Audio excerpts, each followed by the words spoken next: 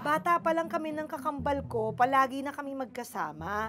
Bihira kami maghiwalay. Pero sa mga ganitong pagkakataon, hindi kami pwedeng magsabay. Kung madalas kong makita yung cute na girl na yun, madalas ang workout ko dito. Twice a day nga yung mag-gym dito. Dahil hindi lang mga gamit ang pinag-ahatian namin, pati na ang membership sa gym, hati kami. Teka, hindi pa siya tapos mag-workout Pero ang bilis niya makapagbalit ng damit.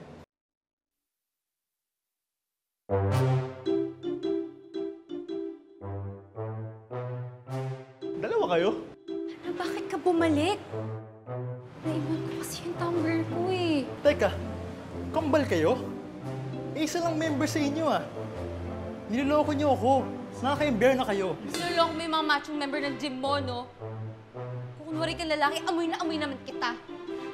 Naku, lumayas kayo dito. Lumayas kayo. Layas, baka masabunutan ko lumayas kayo. Layas, Hey, tara na! lumayas kayo. Tara na! Uy, totoo ba yung sinabi nila? Ako ba bro? Macho tayo.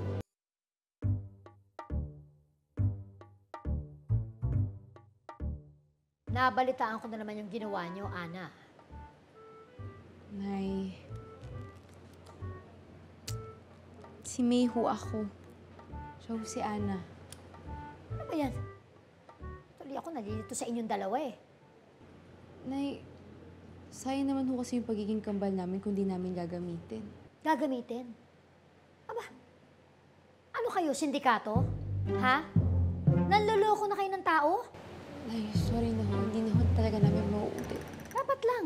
Alam mo ako, nung bata ako, maloko rin ako. Pero naman, bigyan niyo ako ng kahihiyan. Huwag niyo na ulitin yan. Ha? Naintindihan mo ako? May, Nay, Ana po ako. Siya po si May.